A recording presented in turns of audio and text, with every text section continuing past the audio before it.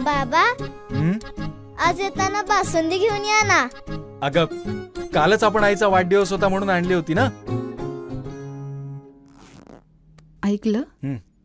गोकुळची बासुंदी पुन्हा खावीशी वाटतेय. खरं सांगू, मलाही खावीशी वाटतीये. पुन्हा पुन्हा खावीशी वाटणारी गोकुळ बासुंदी. आणि तो मृत झालेला वृद्ध जिवंत झाला.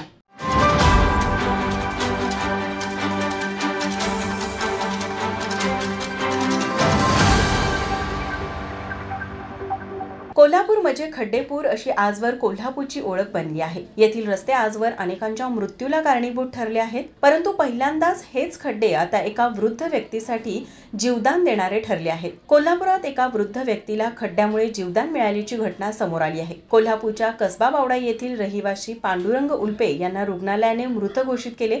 त्यानंतर त्यांना त्यांच्या घरी आणण्यात येत होते. अंत्यसंस्कारासाठी घरी नातेवाईक, मित्रपरिवार जमा झाले होते. सर्वजण रुग्णवाहिकेची वाट पाहत होते. पण रुग्णवाहिका अचानक खड्ड्यात आदळली आणि चमत्कार झाला आणि पांडुरंग तात्यांची हालचाल झाली. वारकरी संप्रदायातील पांडुरंग तात्या म्हणजे पांडुरंग उल्पे यांना 15 दिवसापूर्वी हरिनामाचा जप करत असताना हृदयविकाराचा झटका आला. त्यानंतर त्यांच्यावर रुग्णालयात उपचार सुरू होते. मात्र डॉक्टरांनी त्यांना मृत घोषित केले. पांडुरंग तात्या यांचे नातेवाईक घरी जमा झाले. अंत्यविधीची तयारीही झाली. रुग्णालयातून पांडुरंग तात्या यांना घरी घेऊन जात असताना रस्त्यावरच्या खड्ड्यांमुळे रुग्णवाहिकेला धक्का बसला. त्याचवेळी पांडुरंग तात्या याच्या शरीराची हालचाल सुरू झाली. नातेवाईकांनी पांडुरंग तात्या यांना पुन्हा रुग्णालयात नेले आणि आज पांडुरंग उल्पे तात्या आपल्या पायावर उभा राहून घराकडे चालत आले. जणू काही सिनेमातील सीनच घडावा अशी ही घटना घडली आहे. माझा महाराष्ट्र न्यूज, कोल्हापूर.